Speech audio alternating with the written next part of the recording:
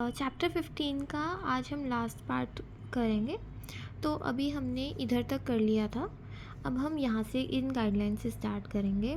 तो अगर कोई भी कॉम्प्लिकेशन है, जैसे प्रेगनेंसी चाइल्ड बर्थ के टाइम पर कोई भी कॉम्प्लिकेशन आई, उसकी वजह से कोई लेट अफेक्ट आ रहा है या साइड इफ़ेक्ट आ रहा है बाद में, after the pregnancy and child birth and the period जो होता है उसका 1-1.5 महीने का, तो उसके बाद एक लेट अफेक्ट आ रहा है, साइड इफ़ेक्ट आ रहा है, उसको हम सिक्वेला बोलते हैं। तो जब भी ऐसा कोई भी इफ़ेक्ट आता है तो हम कोड देते हैं O94 का, ठीक है। और इसकी सीक्वेंसिंग कैसे होती है? सबसे पहले हम कोड देते हैं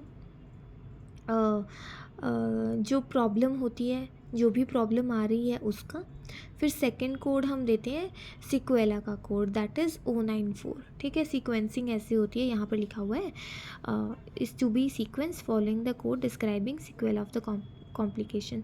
तो पहले तो कॉम्प्लिकेशन जो आई है वो कोड जाएगा, सेकंड कोड सिक्वेला का जाएगा O94, ठीक है। नेक्स्ट आ गया टर्मिनेशन की गाइडलाइन। अभी कोई स्पॉन्टेनियस अबॉर्शन करना पड़ गया है ना, बिकॉज डॉक्टर ने कुछ बोल दिया कि नहीं हो सकता, या फिर कोई कॉम्प्लिकेशन आ गई तो एकदम से टर्मिनेट करना पड़ गया, या मिसकैरेज हो गया है ना, या स्टिल बॉर्न बेबी हो गया, लाइव बॉर्न फीटस हो गया ना।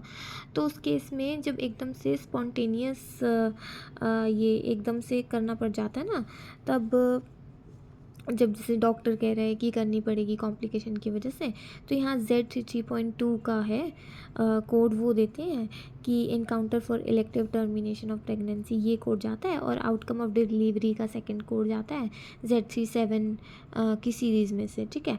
उसके बाद सेकंड कोड, सेकंड गाइडलाइंस है स्पॉन्टेनियस एंड ये स्पॉन्टेनियस अबॉर्शन की। इसमें क्या है, अगर स्पॉन्टेनियस अबॉर्शन करना पड़ गया और उसमें कोई कॉम्प्लिकेशन नहीं थी तो O03.4 जाता है, ठीक है।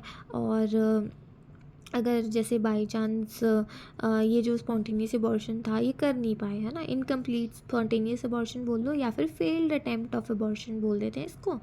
तो अगर तो ये फेल्ड अटेम्प्ट है या इनकम्प्लीट है तो O07.4 होता है। अगर स्पॉन्टेनियस हो जाता है तो O03.4 होता है। फेल्ड अटेम्प्ट का O07.4 होता है, ठीक है। इसमें पहला कोड जाता है जो भी हुआ है, या तो स्पॉन्टेनियस है या फिर फेल्ड अटेम्प्ट है, जो भी उसके अकॉर्डिंगली फर्स्ट कोड इनमें से कोई जाता है। एंड सेकंड कोड इसका जो जाता है वो ये जाता है कि कॉम्प्लिकेशन क्या थी, ठीक है। और अगर तो कोई स्पेसिफिक कॉम्प्लिकेशन जो है वो आती है तो complication code O03 and O04 इस कैटेगरी में से दिया जाता है, कोई कॉम्प्लिकेशन के इंस्टेड ऑफ दिस ऐसे लिखा हुआ है। बट सिंपली हमने बस ये देखना है कि इन दोनों में से क्या था और उसको दे देना है, ठीक है। उसके बाद अगर किसी कॉम्प्लिकेशन की वजह से अबॉर्शन हुआ तो पहला कोड कॉम्प्लिकेशन का जाएगा, ये जो भी फेलियर टाइम है उसका जाएगा, एंड सेकंड कोड क्या कॉम्प्लिकेशन थी उसका जाएगा।